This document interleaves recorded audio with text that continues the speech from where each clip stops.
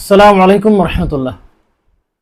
সুপ্রিয় দর্শক শ্রোতা, আজকে কথা বলবো এআই অর্থাৎ আর্টিফিশিয়াল ইন্টেলিজেন্স সম্পর্কে। যে বা যারাই চতুর্থ শিল্প বিপ্লব সম্পর্কে সচেতন, তাদের সাথে এ বিষয়ের অবশ্য জানাশোনা আছে। খুব সংক্ষেপে বললে, যে চতুর্থ শিল্প বিপ্লবের যে চ্যালেঞ্জের কথা বলা হচ্ছে, এই শিল্প বিপ্লবের চ্যালেঞ্জের মধ্যে সবচেয়ে বড় বিষয় হলো যে মানুষের পরিবর্তে এখানে এআই এর ব্যবহার করার চিন্তা করা হচ্ছে। ইতিমধ্যে পরীক্ষামূলকভাবে বিভিন্ন জায়গায় মানুষের পরিবর্তে এআই ব্যবহার শুরু হয়ে গেছে। তবে সর্বশেষ সংবাদ যে শিক্ষক হিসেবেও এআই এর ব্যবহার পরীক্ষামূলকভাবে শুরু করা হচ্ছে। আজকের দৈনিক সংবাদপত্রে দেখলাম, জাতীয় দৈনিকে দেখলাম, ভারতে একটি স্কুলে এআই এর মাধ্যমে পাঠদান। বিশেষ করে শিক্ষকতার ক্ষেত্রে এআই এর ব্যবহার নিয়ে আমি দুটো কথা বলেই আজকের বক্তব্য শেষ করব। আমি আজকের বক্তব্যের শিরোনাম দিয়েছি যে বিজ্ঞান যখন জ্ঞান হারালো। অর্থাৎ আসলে বিজ্ঞান কেবলমাত্র বিজ্ঞান কিংবা নিরপেক্ষ বিজ্ঞান আমরা যদি বলি, যে বিজ্ঞানের সাথে সত্যিকার জ্ঞানের সম্পর্ক নেই। সত্যিকার জ্ঞান অর্থাৎ সোর্স অফ নলেজ, যেটাকে বলা হচ্ছে রুট অফ নলেজ, জ্ঞানের মূল, জ্ঞানের উৎস, সে উৎস থেকে যদি জ্ঞান এবং বিজ্ঞানকে বিচ্ছিন্ন করে দেওয়া হয়, তবে যা হবার তাই হবে। এবং আজ তাই হচ্ছে। এটি কেবল আজ হয়নি, এটি অনেক আগের থেকেই শুরু হয়েছে। এবং জ্ঞান যখন তার উৎসমূল থেকে বিচ্যুত হয়েছে, উৎস বিবর্জিত জ্ঞান বিজ্ঞান এগিয়ে যেতে যেতে আজ সর্বশেষ আমাদের শুনতে হলো যে শিক্ষা ক্ষেত্রেও অর্থাৎ শিক্ষকতার স্থানে এআই এর ব্যবহার। আমার প্রিয় দর্শক শ্রোতা, আপনারা হয়তো এখনো বুঝতে পারছেন না আমি আসলে কি বলতে যাচ্ছি। হ্যাঁ, বুঝতে না পারারই কথা, কারণ আমি বরাবরই একটু স্রোতের প্রতিকূলের মানুষ। একটা কথা আছে, নানা মনির নানা মত, যত মাথা তত কথা। এবং এক্ষেত্রে মানুষের শ্রেষ্ঠত্ব যে মানুষ ভিন্ন মত পোষণ করবেই, এজন্য আমরা মানুষ। এটা আল্লাহ পাক প্রদত্ত একটা বৈশিষ্ট্য, আল্লাহ পাকের কুদরতের একটা নিদর্শন। এবং বলা চলে এটি আছে বলেই মানুষের মধ্যে, মানুষের সমাজ, মানুষের সভ্যতা আজও গতিশীল। যদি মানুষের মধ্যে ভিন্ন মত না থাকতো, ভিন্ন চিন্তার সুযোগ না থাকতো, মানুষ যদি অপরাপর সৃষ্টির মতো, অপরাপর চতুষ্পদ জন্তুর মতো, ইঁদুর বিড়ালের মতো তাদের মস্তিষ্ক যদি ফিক্সড হতো যে তারা কি করবে, তাদের কাজকর্ম, তাদের পরিধি যদি আগে থেকে নির্ধারিত থাকতো, যেভাবে নির্ধারিত আছে ঠিক মানুষের মস্তিষ্ক যদি ওইভাবে হতো, তাহলে আমাদের সাথে অন্যান্য পশু পাখি ইতর প্রাণীর কোনো পার্থক্য থাকতো না। এবং এই গতিশীল সমাজ, বিশেষ করে গতিশীলতা, যে সভ্যতার এক স্তর থেকে অন্য স্তরে সর্বশেষ যে স্তরে আমরা উপনীত হয়েছি, এবং বিশেষ করে যদি আমরা বিজ্ঞানের উৎকর্ষের কথা বলি, বিজ্ঞান এবং প্রযুক্তির এই বিষয়টার কথা আমরা যদি বিশেষভাবে বলি, এটিও সম্ভবপর হতো না মানুষ যদি ভিন্ন মত পোষণ করার যোগ্যতা না রাখত, মানুষ যদি একে অন্যের সাথে দ্বিমত পোষণ না করত। তো যাই হোক, আমিও একটু দ্বিমত পোষণ করার মানুষ। বিভিন্ন বিষয়ে প্রচলিত চিন্তা, প্রচলিত বক্তব্যের সাথে একটু ভিন্ন মত পোষণ করি। আমার কথায় যে সবাইকে মেনে নিতে হবে, আমার কথায় যে চূড়ান্ত, সেটি আমি কখনো দাবি করি না। অতটুকু স্পর্ধা আমার নেই। আমি অত্যন্ত নগণ্য ক্ষুদ্র একজন ছাত্র মাত্র, অর্থাৎ আমি জ্ঞান বিজ্ঞানের একজন নগণ্য ছাত্র।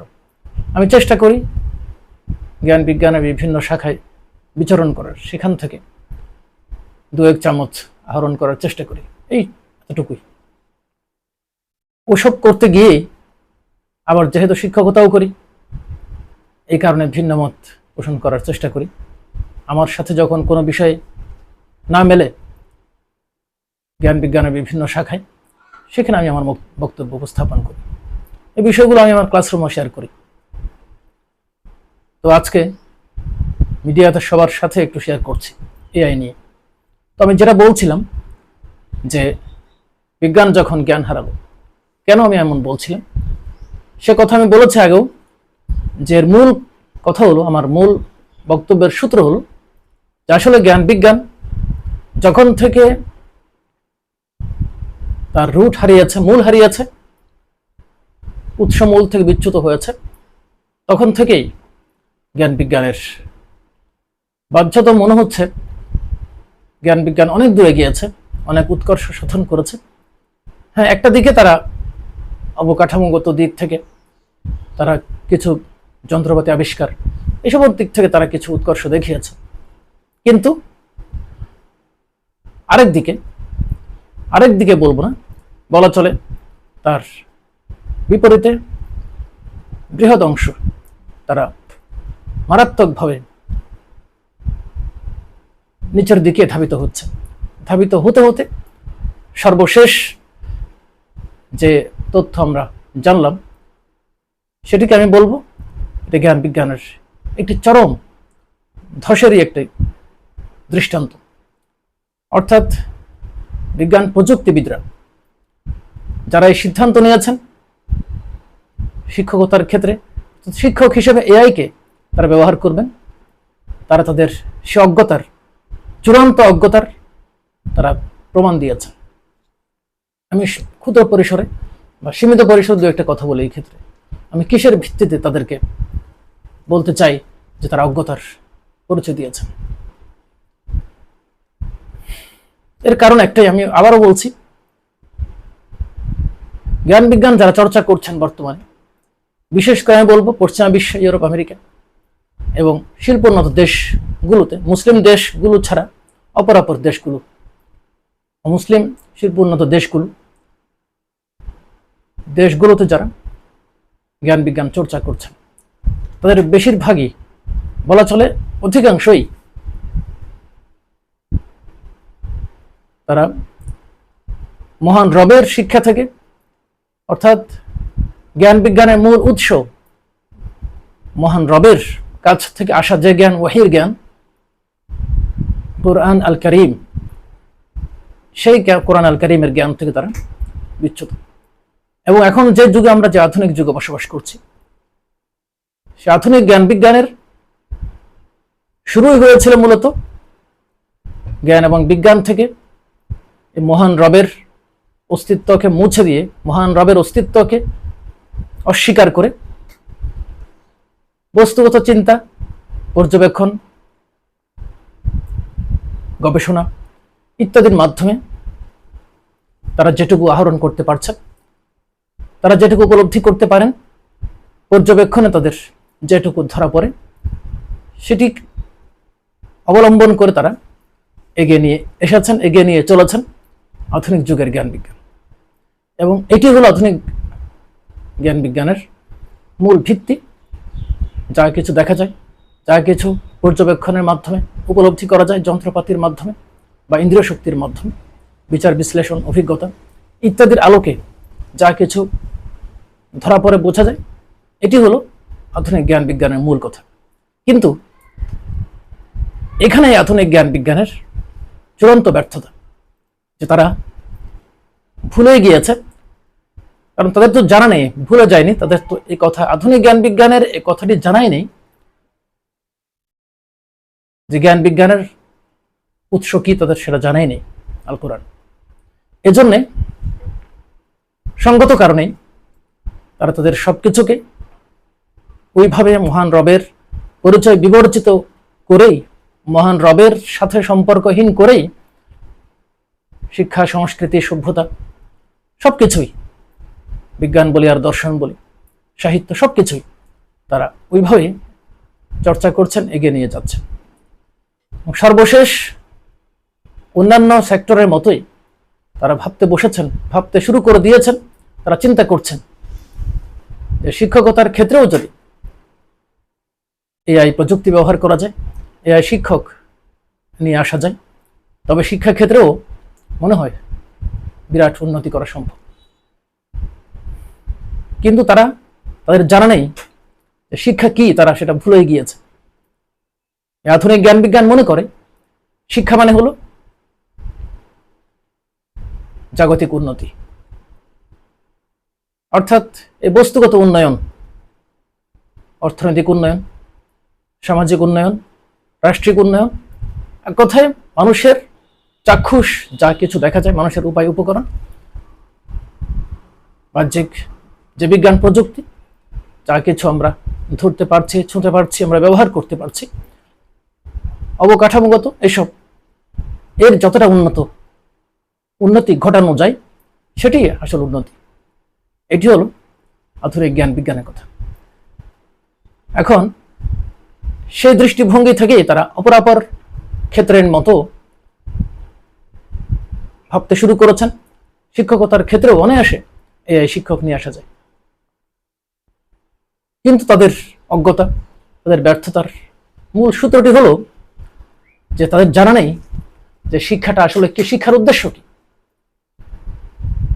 শিক্ষার যা কিছু উদ্দেশ্য আছে, শিক্ষার উদ্দেশ্য আমি বলবো না, শিক্ষার একটা অবশ্যম্ভাবী দাবি এটাও যে যারা শিক্ষিত হবে, যারা শিক্ষা অর্জন করবে, তারা অবশ্যই দুনিয়ায় নিজের জীবন জীবিকার একটা উৎকৃষ্ট একটা ব্যবস্থা তারা করতে পারবে, এক্ষেত্রেও তারা দক্ষ হয়ে উঠবেন। এটা একটা শিক্ষার, এটা অবশ্যই দাবি।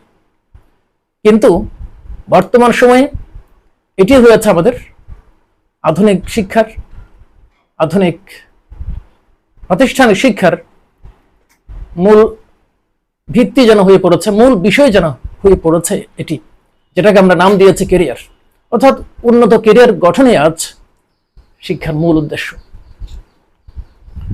আর উন্নত কেরিয়ার গঠনের ক্ষেত্রে আমরা আধুনিক শিক্ষা প্রতিষ্ঠানে সে MIT থেকে শুরু করে অক্সফোর্ড, ক্যামব্রিজ, হার্ভার্ড, নামি দামি যত বিশ্ববিদ্যালয় আছে সারা দুনিয়া, যেগুলোকে আমরা নামি দামি মনে করি, আমরা বিশ্বের র্যাঙ্কিংয়ের সেরা বিশ্ববিদ্যালয় মনে করি, অথবা আমাদের দেশেও যেগুলোকে আমরা সেরা মনে করি, সারা দুনিয়াতে যেগুলোকে আমরা সেরা মনে করি, এই সবগুলোর যতগুলোতে আধুনিক শিক্ষা, আধুনিক জ্ঞান বিজ্ঞান চর্চা হচ্ছে, এই সবগুলোতেই আমরা কি দেখতে পাচ্ছি? আমরা একটা বিষয় দেখতে পাচ্ছি যে সেখানে প্রত্যেকেই পড়াশোনার উদ্দেশ্য হলো একটা উন্নত কেরিয়ার গঠন। আর কেরিয়ার আরো স্পষ্ট করে বললে একটা পেশাগত দক্ষতা অর্জন, একটা সেরা একটা পেশা সে অবলম্বন করতে, একটা সেরা পেশায় সে পৌঁছতে পারবে, এবং এর অবশ্যম্ভাবী ফল হিসেবে সে উন্নত জীবনযাপন, অর্থনৈতিক সমৃদ্ধ জীবনযাপন, বাড়ি গাড়ি এসব নিয়ে সুখে স্বাচ্ছন্দ্যে জীবনযাপন করতে পারবে। মোটা দাগে এটাই বর্তমান প্রাতিষ্ঠানিক শিক্ষার যেন উদ্দেশ্য হয়ে পড়েছে। কিন্তু আদৌ কি এসব শিক্ষার মূল উদ্দেশ্য? এগুলো কি শিক্ষার কোনো উদ্দেশ্য? এসব তো আদৌ শিক্ষার কোনো উদ্দেশ্য নয়। আমি আবারও বলছি, এগুলো শিক্ষার মূল উদ্দেশ্য তো দূরের কথা, কোনো উদ্দেশ্যের মধ্যে এগুলো পড়ে না, বরং সত্যিকার অর্থে শিক্ষা যেটা, সে শিক্ষা একটা অবশ্যম্ভাবী ফল হিসেবে এটি একজন শিক্ষার্থী লাভ করবে। যথার্থ যখন একজন মানুষ শিক্ষা লাভ করবে, সে তার যোগ্যতা অর্জনের পাশাপাশি দুনিয়াতে তার জীবনযাপনের, আয় রোজগারের একটা যোগ্যতা সে অর্জন করবে। এটা হলো শিক্ষার একটা অবশ্যম্ভাবী ফল বলা চলে, এটি কখনো উদ্দেশ্য নয়। এখন শিক্ষার উদ্দেশ্যগুলোর মধ্যে প্রধান উদ্দেশ্য আমরা যদি বলি, সেটা হলো আসলে মানুষকে মানুষ বানানো। মানুষকে মানুষ হতে শেখানো, এটি আসল শিক্ষার উদ্দেশ্য, মূল উদ্দেশ্য সেটাই। সেটি কি? সেটি হলো আমাদের সৃষ্টির উদ্দেশ্য কি, আমাদের কে সৃষ্টি করলেন, কেন সৃষ্টি করলেন, আমাদের এখানে কি কাজ, এখানে কি করব, কয়দিন থাকব, তারপর আমাদের কোথায় যেতে হবে, শেষ পর্যন্ত আমাদের কি হবে, এই বিষয়টি পরিপূর্ণরূপে জানা এবং এই বিষয়টি পুরোপুরি জেনে এবং সে অনুযায়ী জীবন যাপনের যোগ্য করে করে গড়ে তোলাই শিক্ষার মূল উদ্দেশ্য। আর এই বিষয়টি আধুনিক জ্ঞান বিজ্ঞানের, আধুনিক প্রাতিষ্ঠানিক শিক্ষার পুরোপুরি বাইরে। আধুনিক শিক্ষা, আধুনিক কারিকুলাম, আধুনিক জ্ঞান বিজ্ঞানে আওতার বহির্ভূত এসব বিষয়। আধুনিক শিক্ষায় এর কোনো স্থানে নেই, আধুনিক শিক্ষার আওতা বহির্ভূত বিষয়টি। আধুনিক শিক্ষিতদের বিষয়টির ন্যূনতম ধারণাও নেই, যার কারণে তারা শিক্ষার উদ্দেশ্য বানিয়ে নিয়েছে উন্নত কেরিয়ার গঠন। তো যাই হোক, তারই অবশ্যই ফল হিসেবে বর্তমান এই বিজ্ঞানী সম্প্রদায়, প্রযুক্তিবিদরা তারা সিদ্ধান্ত নিয়েছেন যে শিক্ষকতার স্থানেও এআই নিয়ে আসবেন। আমি আবার আমার নিজের জায়গায় ফিরে যাচ্ছি, আলোচনা মূল জায়গায় যাচ্ছি। আমি বলছিলাম কেন এআই দিয়ে শিক্ষকতা চলবে না। কারণ শিক্ষার মূল উদ্দেশ্য হলো মানুষ বানানো, মানুষের সাথে রবের পরিচয় তৈরি করে দেওয়া এবং সত্যিকার পরিচয়, রবের পরিচয়ের মাধ্যমে নিজের পরিচয়, অথবা বলতে পারি নিজের পরিচয় লাভের মাধ্যমে রবের পরিচয়। যেভাবে বলতে পারি, আরবিতে একটা প্রবাদ আছে, মান আরাফা নাফসাহু ফাকাদ আরাফা রাব্বাহু, অর্থাৎ যে নিজকে চিনলো সে রবকে চিনলো। আবার এটাকে উল্টো করে কেউ বলেন যে রবকে চিনলো সে নিজকে চিনলো। যেভাবে আমরা বলি না কেন, আসলে দুটোই পরস্পর সাপেক্ষ কথা, একটা আরেকটার সাপেক্ষ কথা। দুটোকেই আমরা বলতে পারি, দুটোই, কোনোটাকে আমরা অগ্রাহ্য করতে পারি না।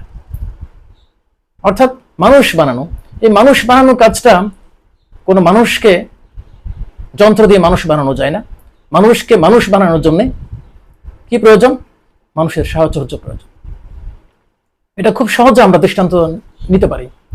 আল্লাহ রাব্বুল আলামিন যখন এই দুনিয়ায় মানুষ সৃষ্টি করলেন, হযরত আদম আলাইহিস সালাম প্রথম মানুষ, তিনি আবার নবীও। এইভাবে করে আমাদের প্রিয় নবী হযরত মুহাম্মদ সাল্লাল্লাহু আলাইহি সাল্লাম পর্যন্ত যতজন নবী এসেছেন, হাজার হাজার লক্ষাধিক নবী এসেছেন, বিভিন্ন বর্ণনায় পাওয়া যায়, ভিন্ন ভিন্ন রকম বর্ণনা পাওয়া যায়। যত নবী এসেছেন, অসংখ্য নবী এবং রাসূল এসেছেন, তাদেরকে আল্লাহ পাক রব্বুল আলামিন গাইডলাইন দিয়েছেন।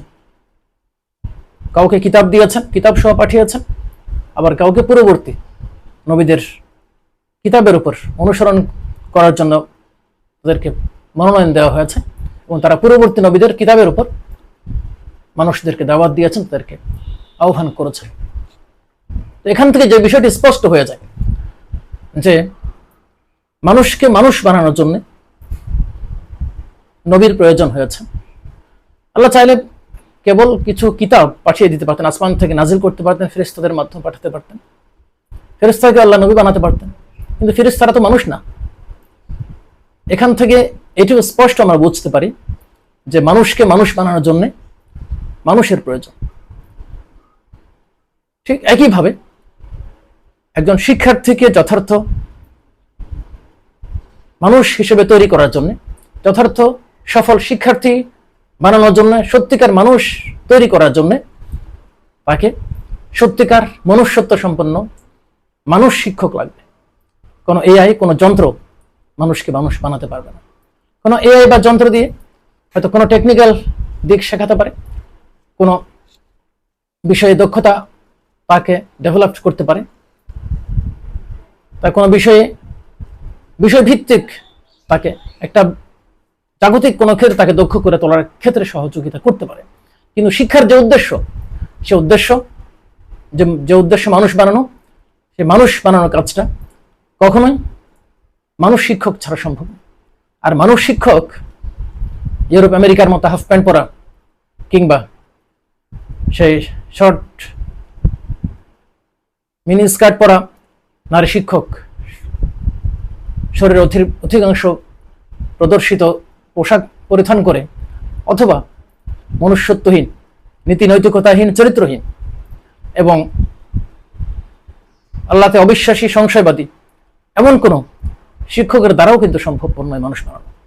মানুষ বানাতে হলে সে শিক্ষককে হতে হবে যথার্থ মানুষ এবং পরিপূর্ণ মানুষ হতে হবে তাকে।